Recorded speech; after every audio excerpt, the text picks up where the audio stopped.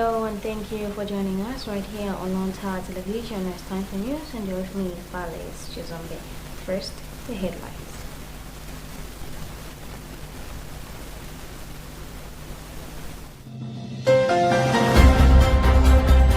Vatican says Pope Francis' health is improving. Government commends legislators' commitment towards ensuring development in their constituencies. Ex-PTC employees storm Parliament for 1.6 billion unsettled pay. And in other news, over 74,000 children trapped in timber.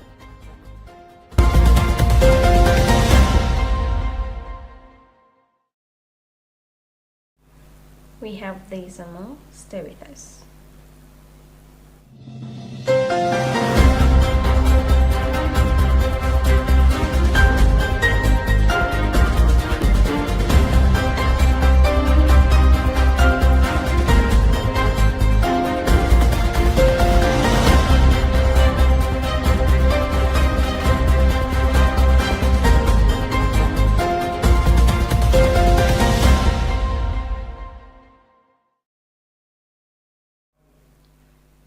The Holy See press office has said that Pope Francis' current health condition is good and stationary, and that his breathing is clear. His audiences this weekend and went to the hospital for flu-like symptoms. According to the Holy See's press scan that ruled out pneumonia but did show lung inflammation that could be a cause of his breathing difficulties, for which he was given antibiotics through an IV. Tandem Zmara reading a Vatican report.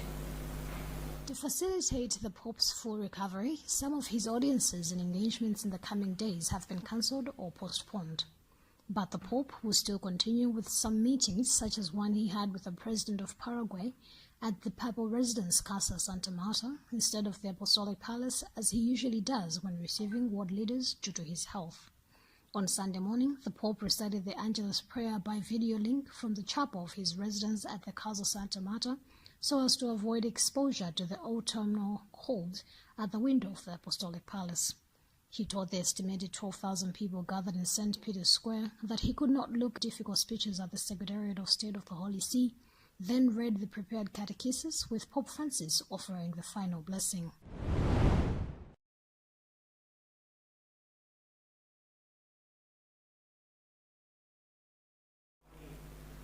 The Catholic sisters from different congregations have been trained on religious life in modern world and social entrepreneurship.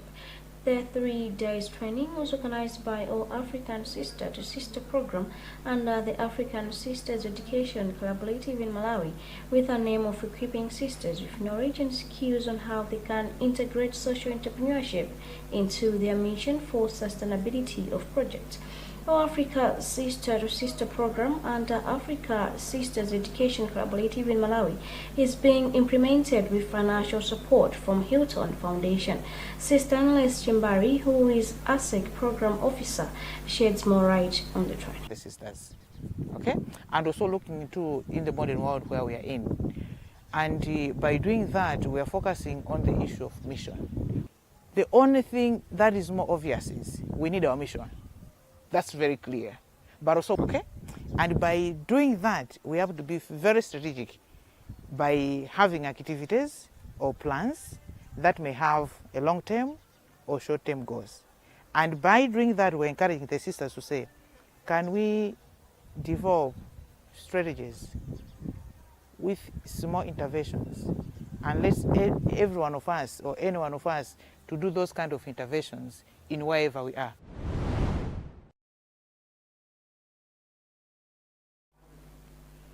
To deepen their knowledge and entrepreneurship, the sisters had an education visit to Dr. Navarro Zombe, a group chairman of Fontalimanja Holdings Limited and entrepreneur. Dr. Zombe says mindset change, industrialization, and hard working is the only way to achieve development goals. Zombe explains. Well, industries are very, very important because they add value to whatever people produce. Many advanced countries, they believe in industries. Therefore, if Malawi is to advance, we have to think about industries.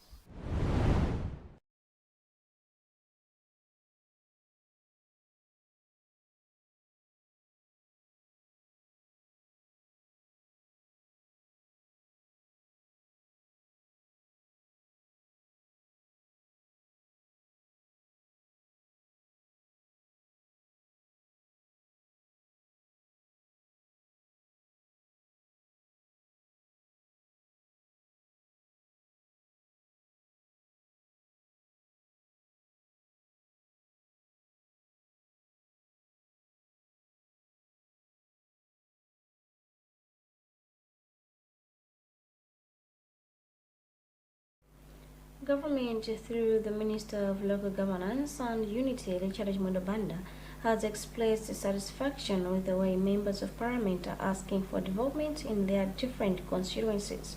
The minister was saying this in an interview in parliament following the question time, where many MPs asked to close centres. We have a report by Jacqueline Saidi. The rural growth centers consist of modern market structures, bus depots, and even stadiums. These development structures, according to Chimwendo Banda, are there to provide a conducive environment for people to operate their businesses in. He went on further to say, as members would have noticed, a pause on these developments, it was due to court issues of the assigned contractors, in that now all the issues have been dealt with, and that what government is doing is lobbying for resources for the works to continue with the already started developments. Markets, and then also to make sure that we modernize our people, especially with what is happening on the other markets which are not informal. We believe that our people can sell the produce, access goods through these modern markets, and therefore that's why, apart from rural growth centers, we will go establish a market somewhere else, making sure that people have access to those markets. It improves their lives.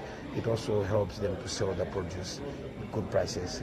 It's an opportunity that we can't wait for a complete rural growth center. Those markets we are doing almost each and every district across the country. It has since been noted that the concept of rural growth center also improvement of service delivery for people living in rural areas.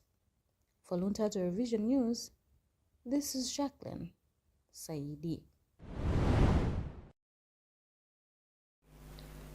Ex-PTC employees of on Tuesday stormed Parliament to present their two grievances petition seeking help from the legislators to force their former employer pay them 1.6 billion kwacha of contract termination allies.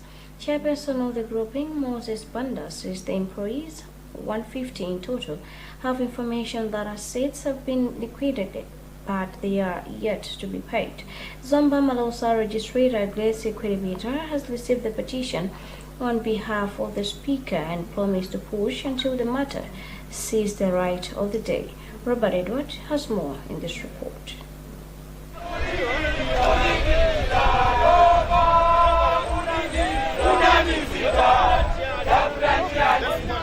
Now, in the petition, there are two issues which are the grievances of the ex-employees of PTC. Number one, they want the money from the liquidation of the assets of the PTC to be paid to them. And these are the monies that are in form of the surveillance allowances, and at least 6 months they were not being paid. If you will remember correctly, about a year ago, PTC was sold to Tafika Holdings. And now they are saying the information they gathered is that the liquidation of the assets is amounting to around 800 million. But the money that is supposed to be paid to them is around 1.6 billion Malawi kwacha. They haven't been paid anything, and they say their life is miserable. People are even having depression. This is what they told a member of parliament from Zomba Marosa who came to receive the petition here at Parliament building after having a walk from the Kamuzu Central hospital roundabout. We are here to present our petition of grievances and with two issues. The main issue, we need the money from the assets which has been sold. So we need them to give us because we have had rumors that someone is holding the money. Now, upon receipt of the petition, the Honourable Member of Parliament from Zomba Marosa told journalists that it is indeed unfair that after the country going through so many devaluations, it means even the money that they were promised or they were supposed to get is not going to be of the same in Parliament, is deliberated upon after going through relevant offices. Since PDC was liquidated, up to now the employees haven't received anything. As you have seen, there's been devaluation. I know the money that they were promised will not be in the same value. So it's very sad that our fellow Malawians are passing through this. The ex-employees, handful in number, they moved from the Kamuzu Central roundabout to this place chanting songs and carrying placards, demanding what they say belongs to them. For Luntha, this is Robert Edward.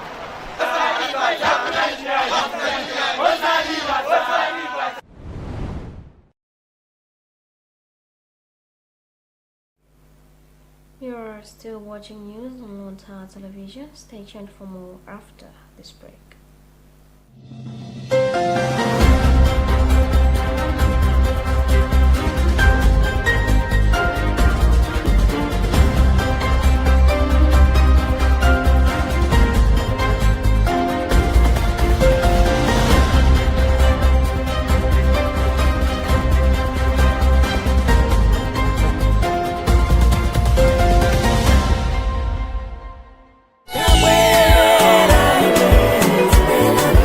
Lilongwe, 1 January 2024. All roads are leading to Shefa ICA Maki pomwe Sir Norman Phiri akukazikitsa the long-awaited album Mukalankhula.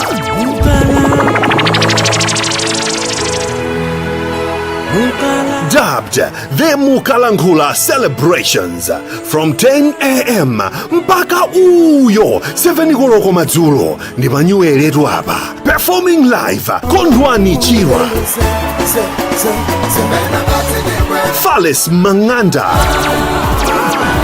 Emmanuel Maseko, Shama Vocals, Toko Katimba, Magi Mangani, Walusungu Kishombe, Kamuzu Barracks Gospel Singers, ndi ena ambiri.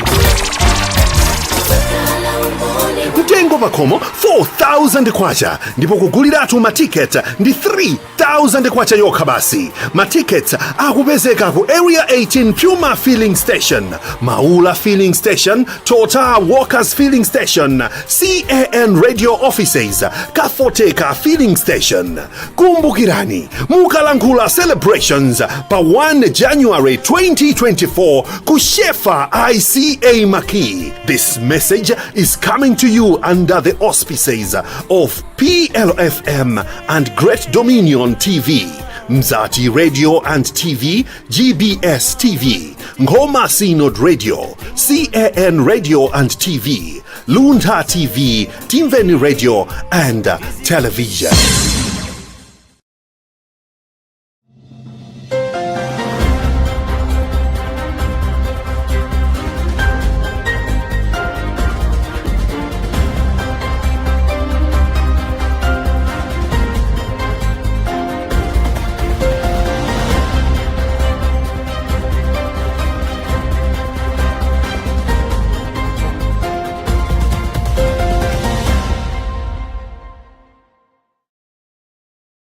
Welcome back. Before we proceed, let's have another look at the headlines. Vatican says Pope Francis' health is improving. Government commends legislators' commitment towards ensuring development in their constituencies. Ex-PDC employees storm Parliament for 1.6 billion unsettled pay. And in other news, over 74,000 children trapped in timber.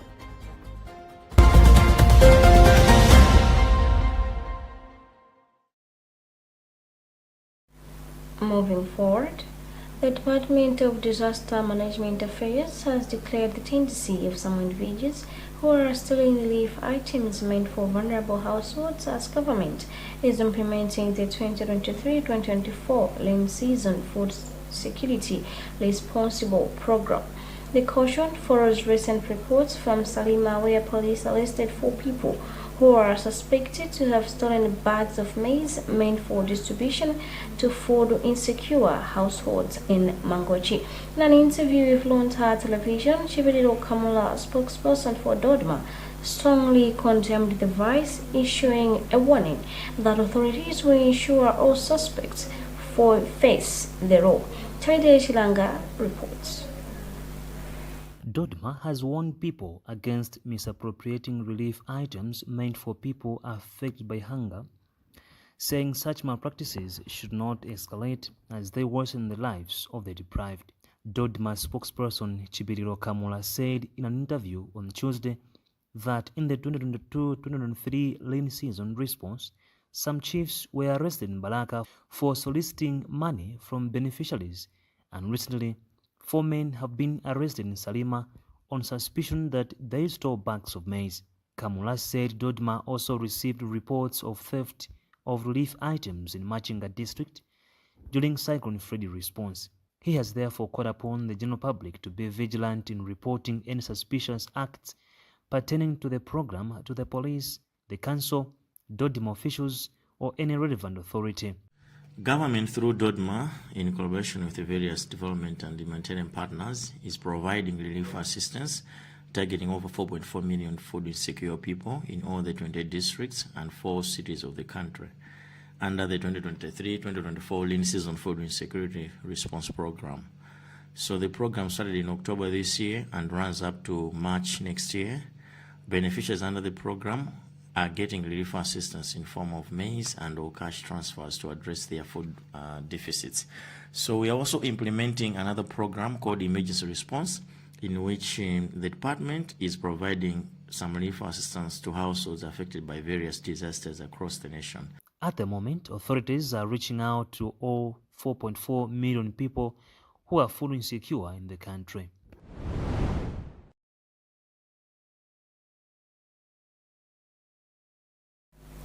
Brad Manza reading a report filed by Charity Shilanga.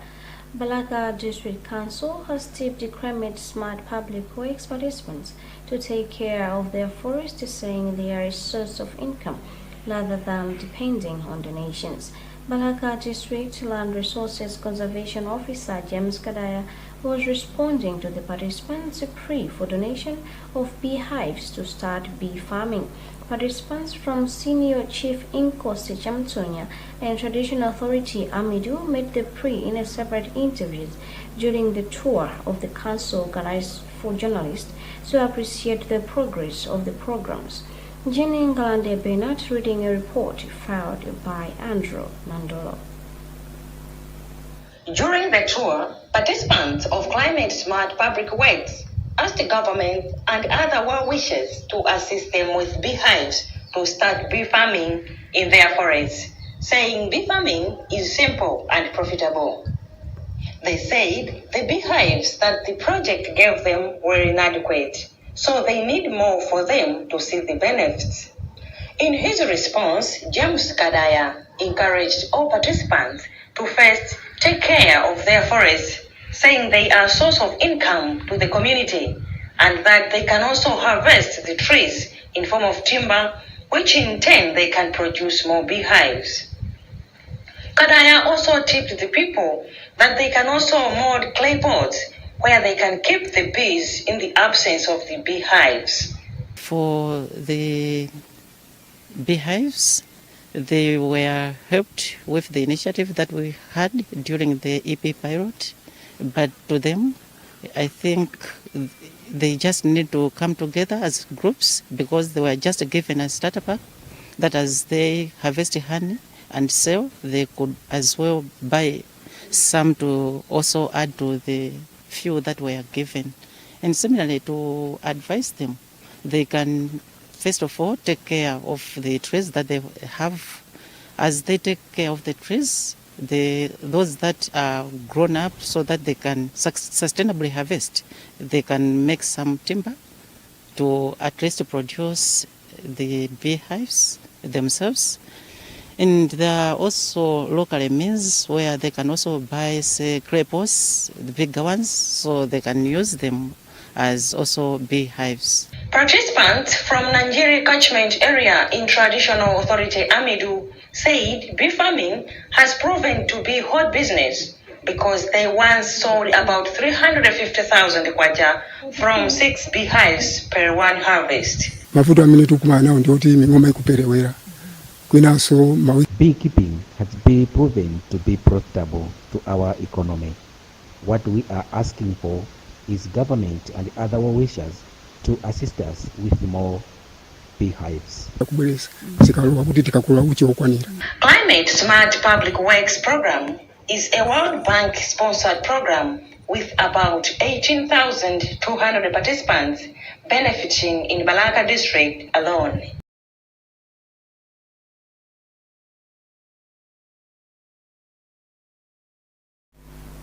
And in other news, Timbuktu has been besieged by jihadists linked to Al-Qaeda since August. More than 136,000 people, including an estimated 74,000 children, are trapped in the historic northern Mali city of Timbuktu, the NGO Save the Children has said. The NGO on Monday also warned that the trapped are running out of essential items like food and medicine as armed groups broke their entry into the city. Tandem Zumara reading a BBC report. With official aid routes completely cut off, supplies are dwindling and the agency fears the remaining services in the city may need to end soon if a resolution of the crisis is not found. The NGO also said that it has received reports of children being maimed or killed by explosive devices, while others are recruited by armed groups. Timbuktu, a UNESCO World Heritage Site, has been under siege by Al-Qaeda-linked jihadists since August. The jihadists have banned trucks from neighboring regions against entering Timbuktu, causing shortages and skyrocketing prices of food, fuel, and other necessities. Jihadist attacks on the city have also forced more than 33,000 people to flee, according to the United Nations.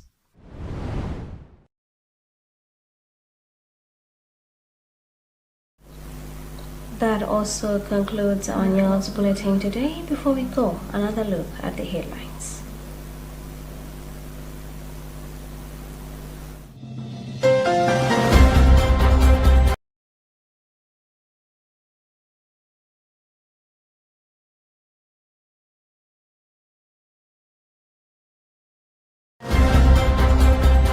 Vatican says Pope Francis' health is improving. Government commends legislators' commitment towards ensuring development in their constituencies. Ex-PTC employees storm Parliament for 1.6 billion unsettled pay. And in other news, over 74,000 children trapped in Timbuktu.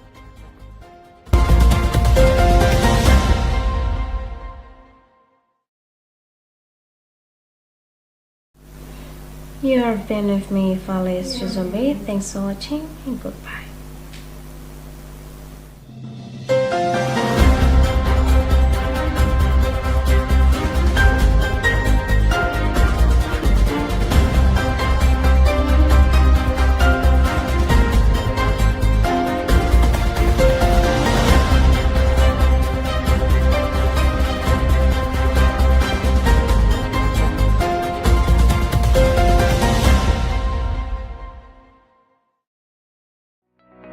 Luso Technology yatibweretsera nkhani yabwino